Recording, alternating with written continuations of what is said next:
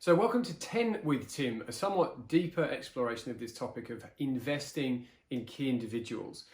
And I appreciate that in Time with Tim, I've already covered a lot of this. We spent 5 minutes there. So what I'm going to do here is talk about some examples and some ways to sort of measure these indicators, hopefully lead indicators, that people are doing the right thing and that you're going to get a compounding investment return by investing in developing them.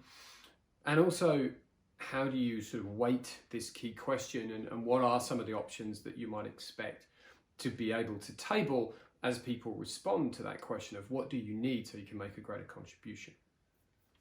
So let's look at these three areas that I'm suggesting are essentially a criteria that you can use to decide who are the key individuals to invest in. Value creation.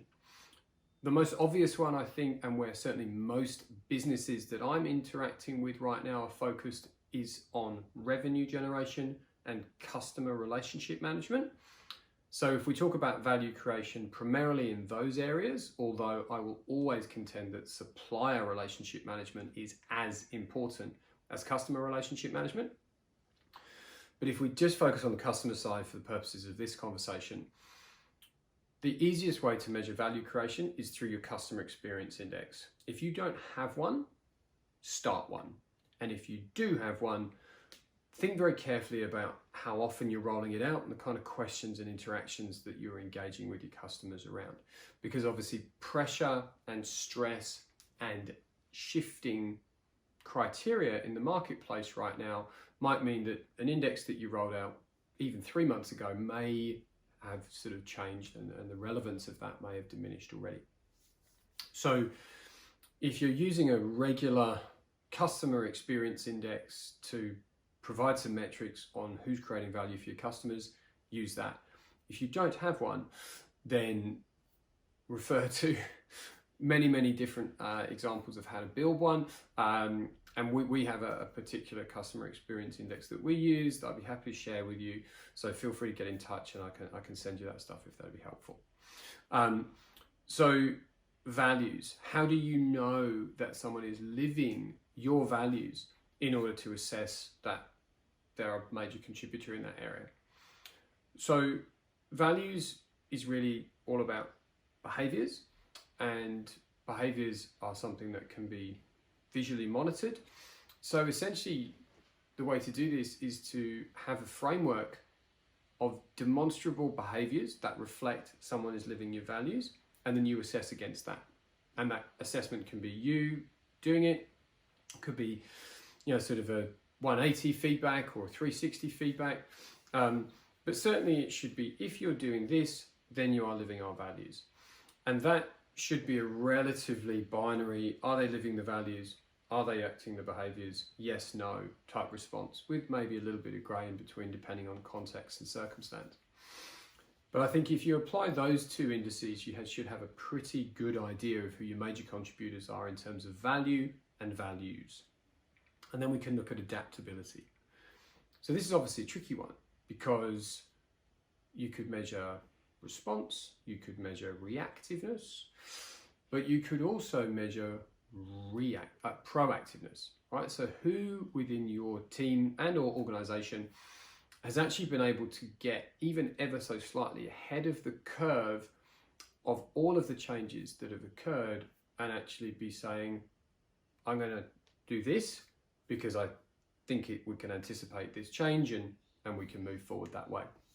And whether or not they've actually got it right is only part of the outcome criteria, because it's that willingness to look at circumstances that are uncertain and pick potential eventualities out of the scenarios, and then think about ways to address each of those scenarios. Right? That is essentially at the heart of adaptability. You've got to have that foresight. Otherwise, you're always responding and there'll always be a lag. So who within your team right now is demonstrating that kind of foresight, combined with a willingness to air ideas and the sort of safety net that hopefully you've provided as a leader, that ideas can be shared openly without a fear of criticism or ultimately a fear of failure, so that you can gather and collate the great ideas and then look at how you can apply them. So there's probably a couple of things there. Let's look at who's got the foresight to anticipate scenarios, then who's coming up with the ideas about how you might deal with those scenarios. They may or may not be the same person. But I think if you've got a clear outlier in that area, and especially if that outlier is then, and probably will be, creating a lot of value and living your values, 100%, that's an area that you need to devote some attention to, and a person that you can really invest in. So let's now move to the second part of this, and this idea of I need to invest in people. Okay, great, so that's been helpful. Thanks. Now I've got a bit of a criteria. I've identified some key people. What am I going to do with them? How am I going to invest in developing them? And again, I very much appreciate that. Budgets have been slashed, resources are thin, everybody's overstretched, whether you're doing well or you're not. So I have this question, the question that I mentioned earlier and that I went into some exploration of in the time with Tim that preceded this, around ask people what they need to increase the contribution that they're making. And what I would anticipate they'll respond with is more of this, less of that. More of your time, more resources, more access to data, more efficiency that can come out of automation. Maybe more resources directly to them I could do with if I could have an allocation of that person's time for 2 days a week or whatever it'll be. So more of those things. Less rigidity, less maybe excessive process, less bureaucracy, less restraint on trying these novel ideas and experimenting and seeing what's going to happen. So there'll be some discourse on those two sides, I'd expect. But then they may also immediately go to interventions. Right? Interventions around, I could do with some training on this, or I could do with some of your time to give me some guidance on that, essentially mentoring. Or I could do with some coaching. I need somebody to help me really sort of investigate and interpret my ideas and help me prioritize them. Or I've got too much going on, I struggle to prioritize, how am I going to focus and drill right down into something. Now, so a lot of that can come from you. But depending on how much spare time you've got, a lot of it's going to need to come from someone outside of you as the leader. So who might that be? Are there internal resources that have these expertise that you can call on?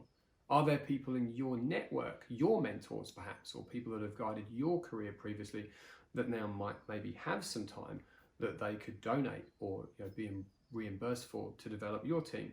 Or are there external experts? And yes, ready? Promotion disclaimer, like us, real devotees of leadership excellence who can dial right in to the individual level contribution requirement and work with your people very, very specifically with very precisely targeted interventions that maximize the value creation and the ROI return to you with very little, if any, off-the-shelf stuff that is highly tailored, that is adaptive, that is a lead indicator measurer of how this performance is going to play out.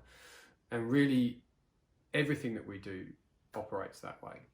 It's all about understanding the individual need and then focusing on what is the highest rate of return going to come from any kind of intervention.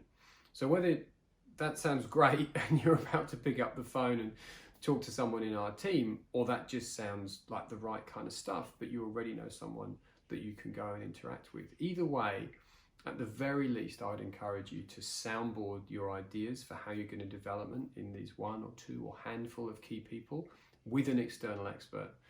Because if you do have the time and resources to do all this development yourself, I don't know anybody else like you. Every leader I know right now is working harder than they ever have, stretched thinner, with less time and resources than they've ever experienced in their career. So if you don't need an external help, you're in a good position and good on you. But if you do, get in touch with us or get in touch with another external provider that you already have faith in that can help you. Either way, that is my advice and my suggestions on how you can select and invest in the key individuals in your team right now. I hope that's been of help. See you next week.